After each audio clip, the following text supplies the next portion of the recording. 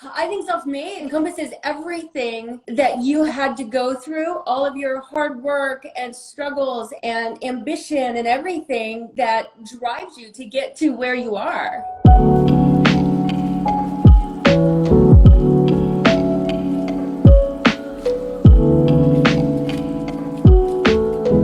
Hi, Mary. Hello, how are How are you? you? Oh, I like Doing, the background. Where are you? thank you. I'm at my house. It's actually my client, James Goldcrown, his artwork. Oh, I love it. Yeah, It's an art piece, right? it is. It's Yeah. beautiful. I love it. I love it. Great Thank you. background. Thank you. I just have a bunch of alcohol behind me. Well, I love that background too. I can I like drink yours mine. better than mine. I can drink mine. So, Uh, Mary, I want to thank you for participating in this. We've never met. I don't even. I'm going to assume, like everything in life for me, is I assume no one knows anything about me or what we do. But I'm in. I own a whole bunch and have started a whole bunch of wine and spirit brands. I don't know if you remember Ace of Spades it, champagne. it It's a sounds gold familiar. bottle. It's a gold Yeah. bottle. Oh, yeah. Douce, Cognac, Belaire, Bamboo, McQueen, a whole bunch of great worldly brands. Yes. I get to do a series which we've been doing it for a few years now, called Self Made, which is where I get to talk to really cool, interesting people in business, in music, in entertainment, in sports, and my goal was, and everything in it for me is now turning into my instincts. I want to do things based on what makes me feel good, Yeah. and I want to talk to people about not the fact that they're successful, the fact that the shit that they went through to get there. Because the reason I'm talking to you is you are successful. You're doing something amazing, but it's never that easy, and no one can appreciate how you got there. Does that make sense? Absolutely. Yeah. So I start off with everybody the same question, and that is, Mary, what does self-made mean to you? I think self-made is encompasses everything that you have had to go through, all of your hard work and struggles and ambition and everything that drives you to get to where you are. I think, and we're not. I think nothing stops you, and you um, form success in whatever area and whatever career that might be. But I think stuff might. Yeah, you don't have anything handed to you. You work your butt off for everything.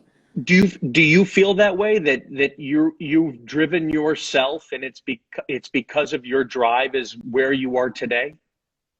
Absolutely. I mean, I think what joining the Oppenheim group, I think that was a smart move. And if I didn't make that decision, then other things wouldn't fall in place. So I Got can't it. take credit for everything.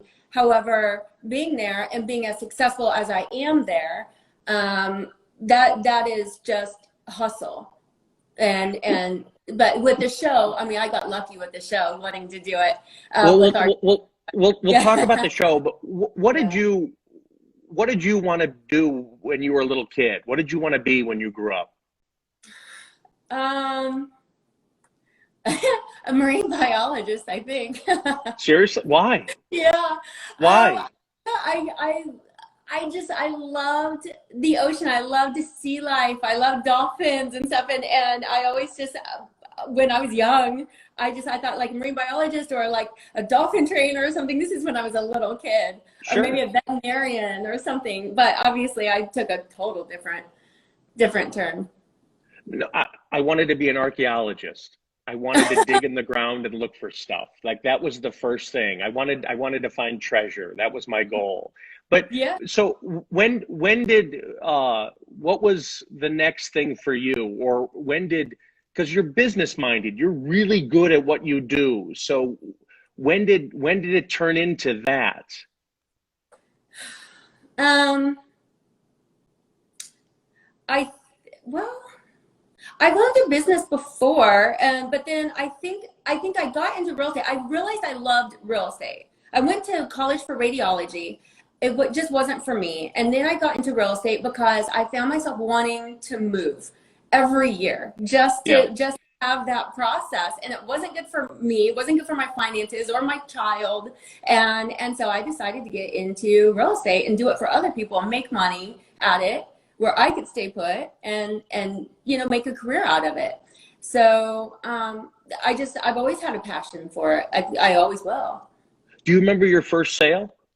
I do. What was it? In Redondo Beach. It was a townhouse in Redondo Beach. I met the couple in an open house. I had only gotten my license. It was back in 2008 when the market went to shit. Bad time. Yeah. Yeah. And I met them in an open house, and they listed their townhouse with me, and then they purchased a new construction right by the water. Do you remember why they chose you? They just liked me, and they just thought that I was a hard worker. I always go above and beyond for my clients, and when they would ask me questions, when they would talk about things, I'm always on it. I get the answers back to them right away. I'm honest with them. If I don't know the answer, I'm like, I don't know, but I'm gonna find out. So, and right from the start, you don't know the answers, right? When you get your license. Yep. And I was just honest with them, and they liked me. They wanted to help me get my career, up and going, and they were just the nicest people. Yeah. Did you do anything to celebrate the fact that you had made your first sale? Did you buy anything? Did you? I probably just paid my bills. I don't know. I don't remember. I mean, I was doing okay. I'm not amazing, but I was doing okay. Did you? Because I don't think people, at least for me, we're not good at reflecting, what happened, what just transpired, and the fact that I did it. And the only time you get to really appreciate it is when you really look back on it. You know what I mean? Yeah. I think for people like that, you're like, okay, I did it. Now, what else can I do? Now, do another one. Do another one. And that's probably what I did, because that is what I did. I had more confidence, and I just kept pushing. I ended up closing another one not too long after that. And that's always kind of been my thing, is if I can do this, then I can do more. So did you have back then, was that when you first started? And that was in California before you moved? It was in California. Yeah, it was in Redondo Beach. Yep. It's like a beach city. So I serviced Palos Verdes, Redondo Beach, Hermosa Beach, Manhattan Beach, that kind of area. But that was before you went. But that was before you went to London. Right. So, what makes you? Because if you're getting good at something, what makes you decide to leave that, especially real estate? Because the whole goal of real estate is to know your area and be good at meeting people and creating clients. You stop that and you're starting all over again. Yeah. My ex-husband. Yeah. Not the smartest decision. Did you learn anything from that experience in real estate in London? Well, so I worked in real estate.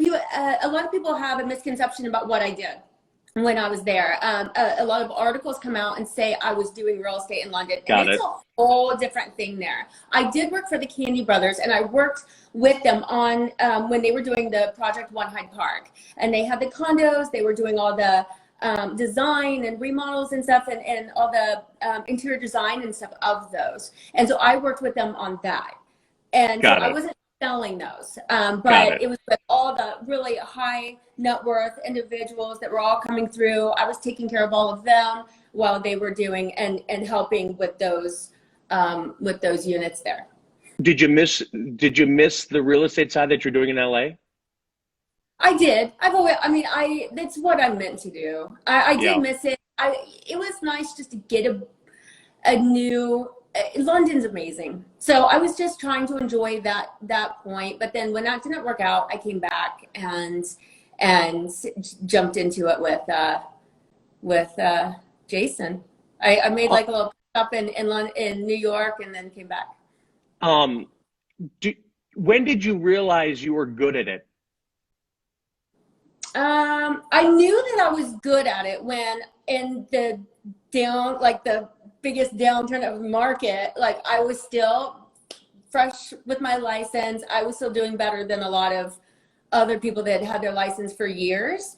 I was just closing them left and right back then. But then when I came back and I started working with Jason, I think my first listing was within a couple weeks of starting, and that was an $8 million home. And I got that one, and then a couple more after that. And then I work hard, but a lot harder than some of the other people, I think, in real estate, which is why I'm more successful, I think. But I just have a knack for it, and I communicate with people, and I think people trust me because I just tell them the truth.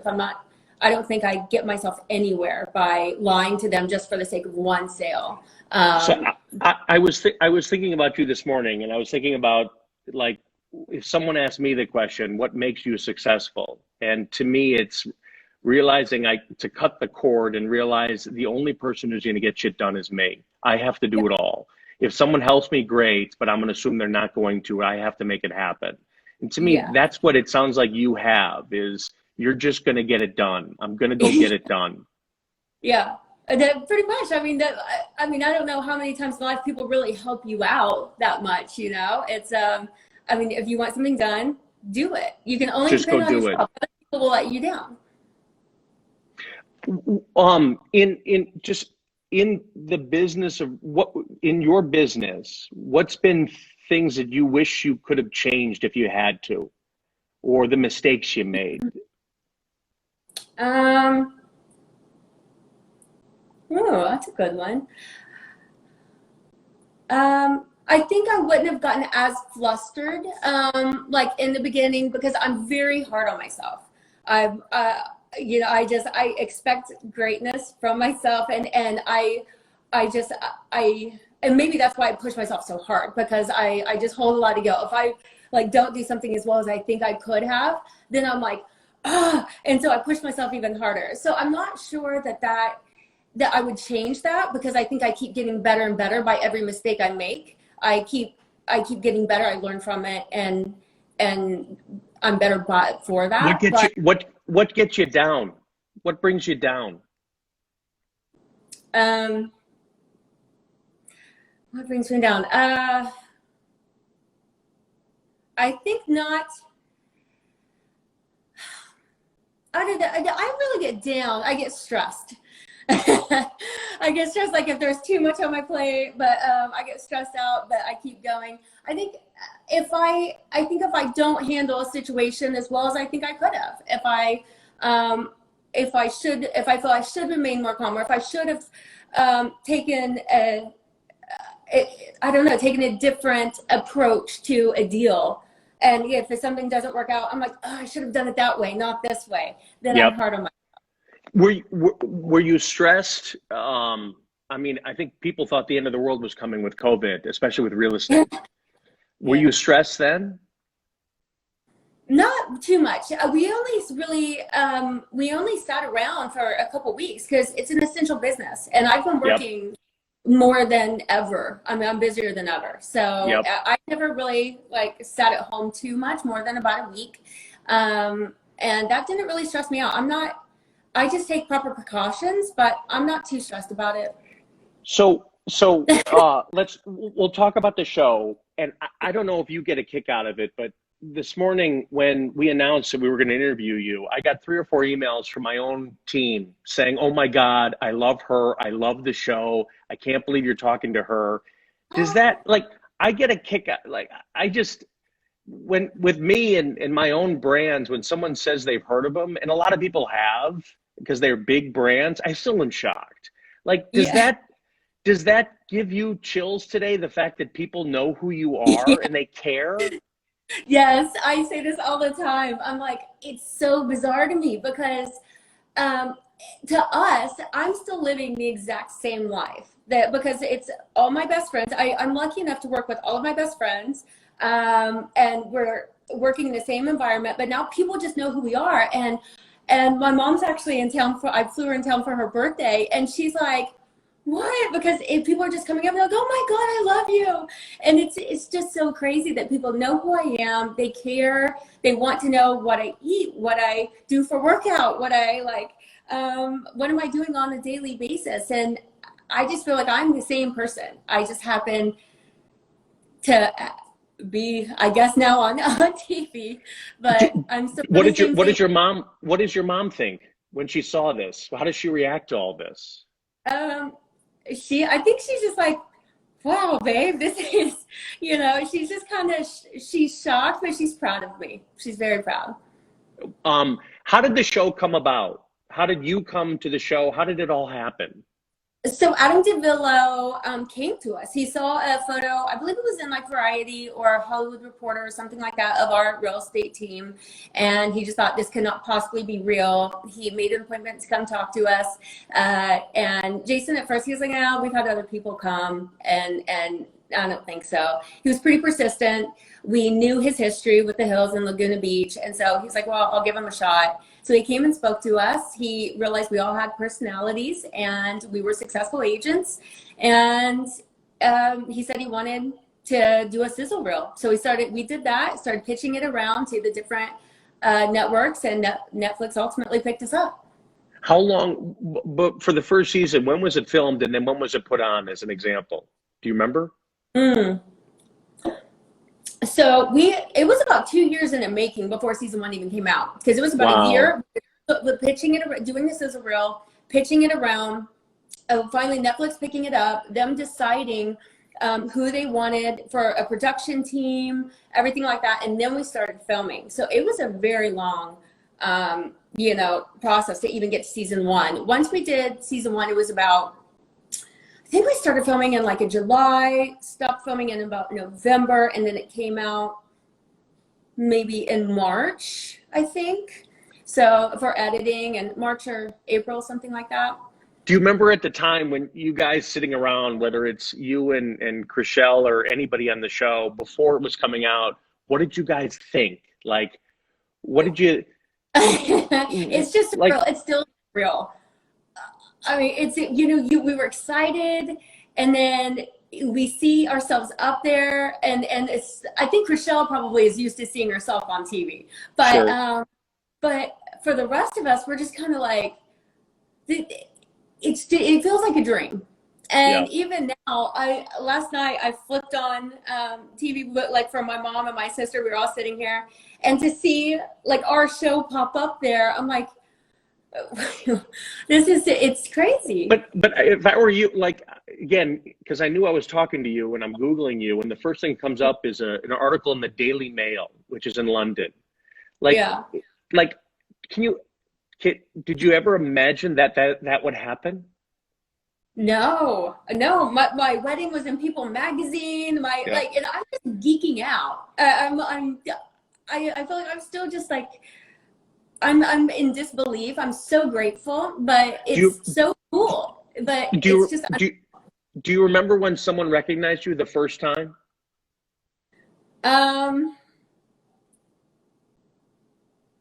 Or an autograph? I think I do. Yeah, Brett and I went to so it was right after season 1, and we went to some rooftop place for a drink, and some of the doorman actually recognized us, and as we were walking out, he was videotaping us, and we were like, what is happening right now? We're like, that is weird. And then we were sitting at a table. I think there was a group of us. We're sitting at a table, and someone was trying to film us. And so it was just, no one remembered who I was. I could meet them 10 times, and no one remembered that they met me before. And now people just, I mean, I can walk down the street and people are like, oh my God, I love you. And it's just crazy. Do you feel a sense of responsibility now?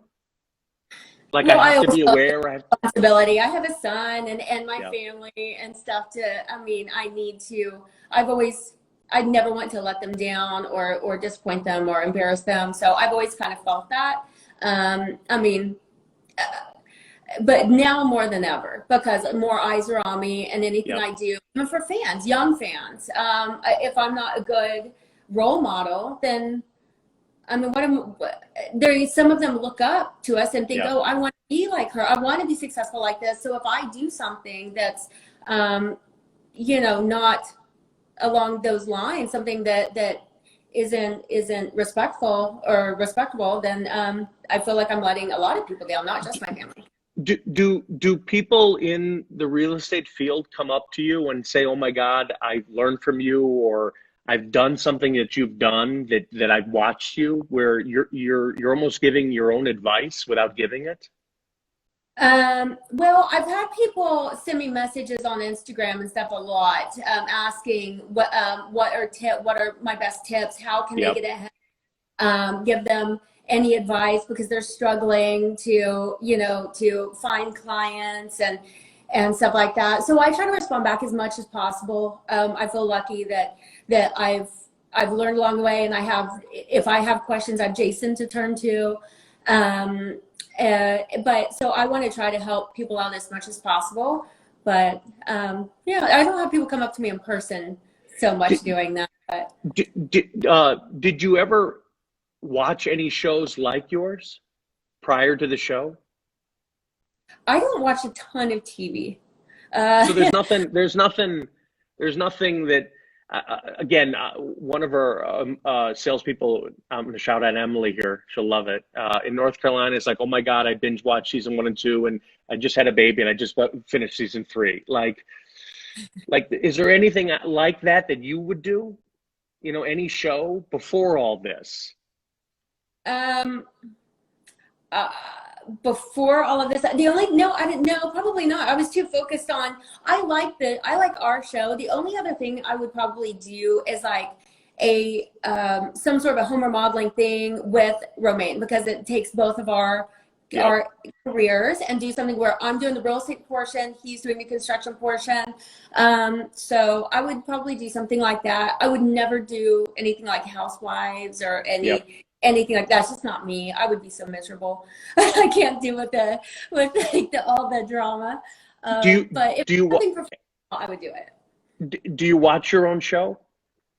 I have watched it. I don't like rewatch it many times unless. Is it embarrassing? Like to see yourself? You know what I mean, though? But to see I can't look in the mirror. Like, just to see yourself, like, "Oh my God," or my reactions, or "I can't believe they included that." Yes. Oh my gosh. So this is something where I did not know how expressive I am. Because when you look in a mirror and you're doing stuff, you're just, looking in the mirror. You don't see yourself as you're talking for the most part. And I make some really big expressions and some weird faces. And every time I'm looking, I'm constantly going like making all these weird things. I'm like, what am I doing? I need to Botox this whole thing to freeze my face, because I make some crazy looks. All right, so some show questions. We'll get specific. Is there a favorite scene you have over the past 3 years? My wedding. That's perfect. By far, I agree with you on that. Your style has been talked about tremendously. What you wear, how you dress. Is it you? Is it your decisions? Is it something that's just you? Yeah, it's just me, and I don't feel like I'm doing anything, because Christine, dresses so crazy. Amanda's like super trendy. So I don't feel like I'm doing that. This is how I dress every day. I try to go with a line of trendy but professional, where I feel good about being around clients, but I'm still like a bit trendy and cool. But has the dynamic changed on the show, given everyone's relationship, and now you're on the show? You know what I mean? Yeah, things have changed a little bit over time. Stuff with I think with Christine and Davina a little bit in over time, but we're trying to get back. I think Christine and I have had some discussions recently. We didn't talk for quite a few months, but recently we talked, and I think we're on a much better page now. So hopefully that will continue going forward. Isn't that weird just to talk about, and the fact that there's millions of people who care about that? I know. Right? You know what I mean? I try not to think about it too much, because it's just weird. It's hard enough just living your life, and then we do interviews and things, and then there's backlash from interviews, and so we're just still trying to deal with each other and Sure. deal with There's stuff. So I'm more focused on this, but when I do think about it, it's insane. People watch every move. Everyone's watching our Instagrams, any picture we post. It's on every tabloid in the UK and in Asia and every place. It's like. so. Did you ever see the show? It's on Netflix too. Too Hot to Handle. Oh, I was told to watch that. Actually, one of the people at Netflix said they thought I would like it. I wasn't a big fan. So it's very popular, huge. It came out during COVID, and guy, unbelievable, nice guy. I watched this. Don't do it, Brett. And I got completely invested. You care about the characters. You care, want things. You're rooting for one. You're not rooting for another. It's shocking how that happens. Can you feel it? It definitely happens. Absolutely.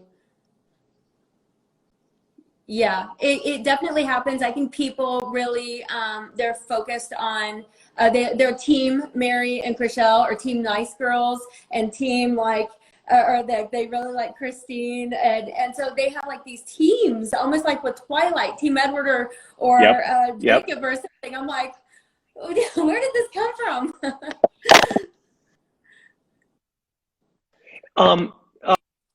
I know art plays, and look behind you, art plays a big role in your life. Is that something you want to continue to do or be involved in? Oh, absolutely. I love art. I've got a couple different pieces in my house. I've got like Damien Hirst and then I love James Goldcrown.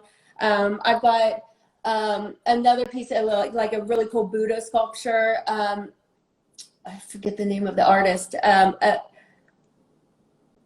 And not met we something like that. Okay. But I just love this piece. And I go to Art Basel every year, so hopefully I'll be able to do it again. Next year, I want to do a piece every single year. There's Mr. Brainwash I'm not him. I'm not him, by the way. I know you guys have a I'm not him. I'm at least 100 pounds less in weight. I'm being serious now. So go ahead. Yeah, so I'm thinking about trying to go to his studio and picking up a piece too.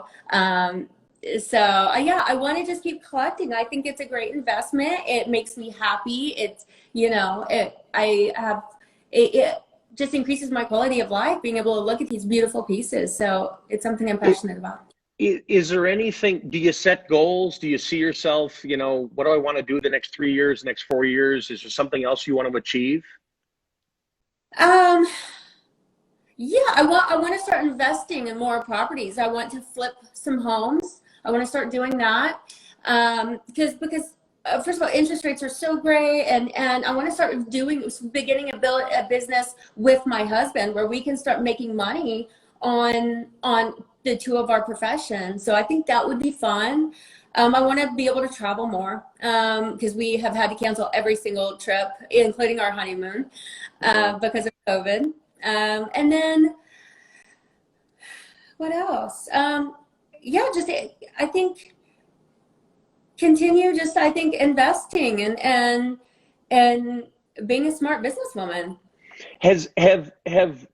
I find it interesting because, again, I think of my own office environment. You don't go, at the end of the day, you go home and you don't really talk to your other colleagues. Not only are you're doing real estate, but you're vested with these other people. When does it end? Never. It never does.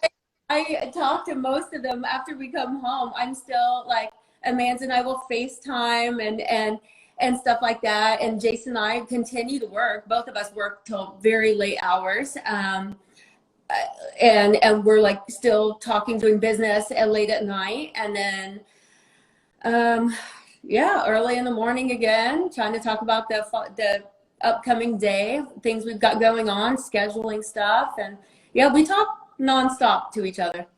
So who is, I just sold a house in the Hamptons, and I'm trying to think if I was a good client or not. So I'm curious, who you don't have to name names, but what was the worst client you ever had and why? Oh man, there's a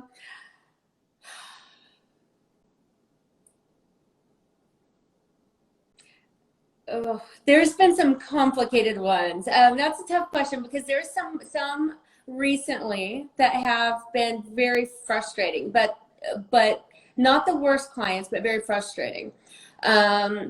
I would say the worst one, it wasn't my own client. It was my client was amazing, but the buyer of his property was an absolute nightmare, manipulative and just very, it was a horrible experience. I felt horrible for my client. And we just had to do the best that we could because she was a nut job. And that was it. But my client's amazing. Are you surprised you're dealing with such expensive properties? Are you surprised constantly how nitpicky the buyers and the sellers are when it comes down to it, considering the dollars they're talking about? Yeah. Unfortunately, it's very common, but yeah, it doesn't bother me because I'm very patient and I'm very good at just finding a way to get it done, understanding. I'm like, don't make a big deal about it. Just let's find a way. Yeah. It's very important to you. It doesn't matter if it's important to me. It doesn't matter if it makes any sense. If it's truly that important to you, let's find a way to get it done. So I think that helps me deal with people that are somewhat unreasonable, and where I'm able just to get it done no matter what. But it's frustrating, to say the least. So, Mary, before we go, I do something with everybody I talk to. Just 10 questions, 10 words I'm going to say, and give me one word answers, just word association. All right? Ready? Yep. Amanda. Bestie. Jason. Protective. Brett.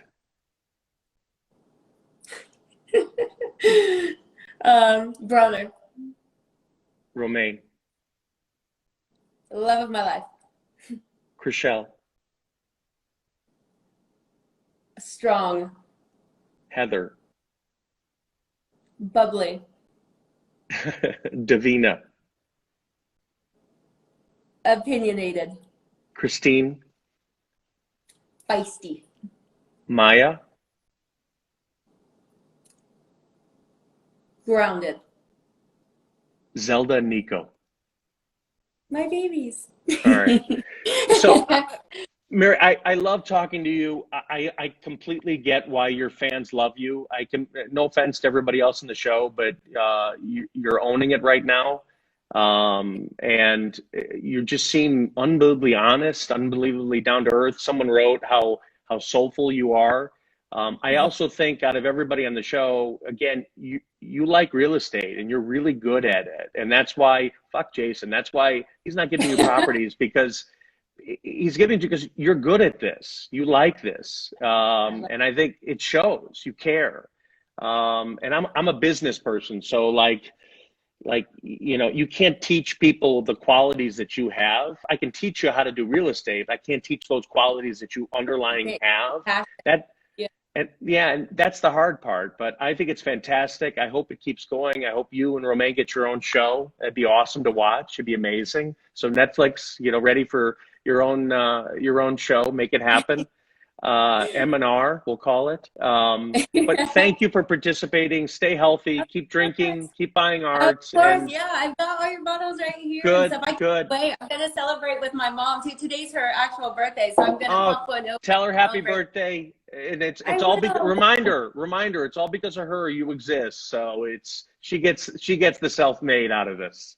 Absolutely. I get it all from my mama. Thank you, everybody. Thank you, Mary. Really appreciate it. Enjoy your weekend, everybody.